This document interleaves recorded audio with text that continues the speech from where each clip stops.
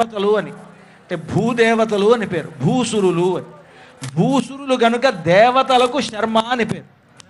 శర్మ అనేటువంటి మాట బ్రాహ్మణులకని కాదు, శర్మ అనేటువంటి పదం దేవతలకు పేరు. దేవతలు వీళ్ళు భూదేవతలు గనక భూసురులైనటువంటి వీళ్ళని శర్మ అనమన్నారు తప్ప శర్మ అంటే వీళ్ళకి హక్కని కాదు అర్థం.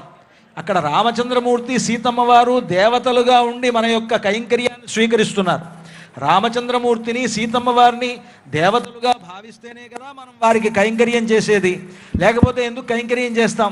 మామూలుగా ఎంతమంది రాజులు పరిపాలించలేదు, ఎంతమంది గొప్ప తేజస్సుతో వెలగలేదు లోకంలో.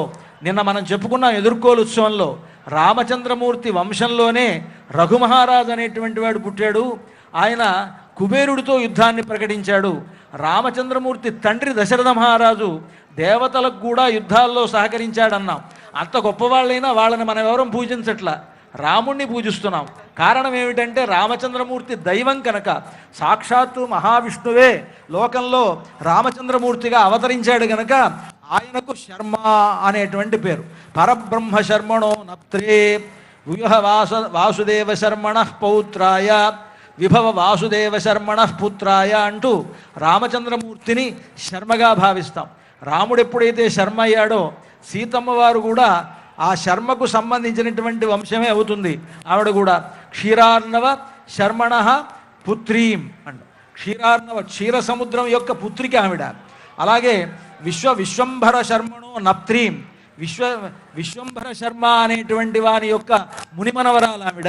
రత్నాకర శర్మణ పౌత్రీం, రత్నాకర శర్మ అనేటువంటి వాని యొక్క మనవరాలు సీతమ్మ వారు అనంటూ సీతమ్మ వారికి సంబంధించిన రాముల వారికి సంబంధించినటువంటి గోత్ర ప్రవరలను ఇప్పుడు అర్చక స్వాములు పఠిస్తారు. వీటిని వింటే మన గోత్రాభివృద్ధి అవుతుందంటారు. మన గోత్రాభివృద్ధి కావడానికి ఈ గోత్ర ప్రవరలను వినాలి. అర్చక స్వాములు పఠిస్తారు, శ్రద్ధగా విందాం. బ్రువతే అనంత వేదాధ్యాయినే అచ్యుత పరబ్రహ్మణే నారాయణాయ నిరాకార సాకార పరవ్యూహ విభవాంతర్యామ్యర్చావతార పంచార్షేయ ప్రవరాన్విత అచ్యుత గోత్రోద్భవాయ బ్రహ్మ శర్మణో నప్త్రే అనంత వేదాధ్యాయినే అచ్యుత పరబ్రహ్మణే ఆది నారాయణాయ నిరాకార సాకార పరవ్యూహ విభవాంతర్యామ్యర్చావతార పంచార్షేయ ప్రవరాన్విత అచ్యుత గోత్రోద్భవాయ వ్యూహ నారాయణ శర్మణ పౌత్రాయ వేదాధ్యాయినే అచ్యుత పరబ్రహ్మణే నారాయణాయ నిరాకార సాకార పరవ్యూహ విభవాంతర్యామ్యర్చావతార పంచార్షేయ ప్రవరాన్విత అచ్యుత గోత్రోద్భవాయ వాసుదేవ శర్మణః పుత్రాయ అనంత వేదాధ్యాయినే అచ్యుత పరబ్రహ్మణే ఆది నారాయణాయ నిరాకార సాకార పరవ్యూహ విభవాంతర్యామ్యర్చావతార పంచార్షేయ ప్రవరాన్విత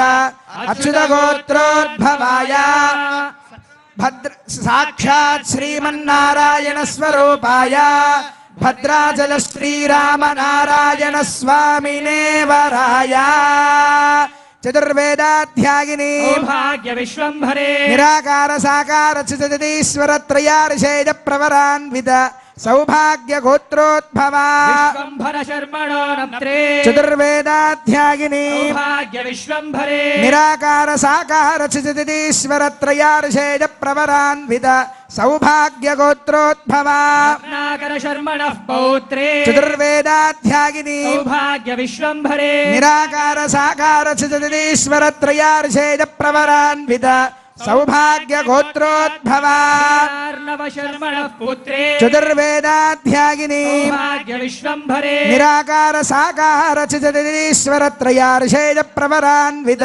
సౌభాగ్య గోత్రోద్భవా సాక్షాత్ శ్రీ మహాలక్ష్మీ స్వరూపాం శ్రీ సీతా మహాలక్ష్మీ నామ్నీ ఇమాం కన్యాం వృణీధ్వం వృణీమహే. రాజా రామచంద్ర భగవానికి చాలా గొప్ప విశేషం. ఇక్కడ అచ్యుత సౌభాగ్య గోత్రాలు అనేది ఈనాడు కాదు, భక్త రామదాసు గారు ఈ యొక్క వారి గురువు గారు అయినటువంటి రఘునాథ భట్టర్ వారి వద్ద ఈ యొక్క భద్రాచల క్షేత్ర చరిత్రంతో కూడా తెలుసుకున్నవారై ఈ యొక్క భద్రాచల క్షేత్రాంటిలో ఈరోజు రాముడు అవతరించిన నాడే కళ్యాణం జరగాలి అని చెప్పి భక్త రామదాస్ గారు నిర్మించారు.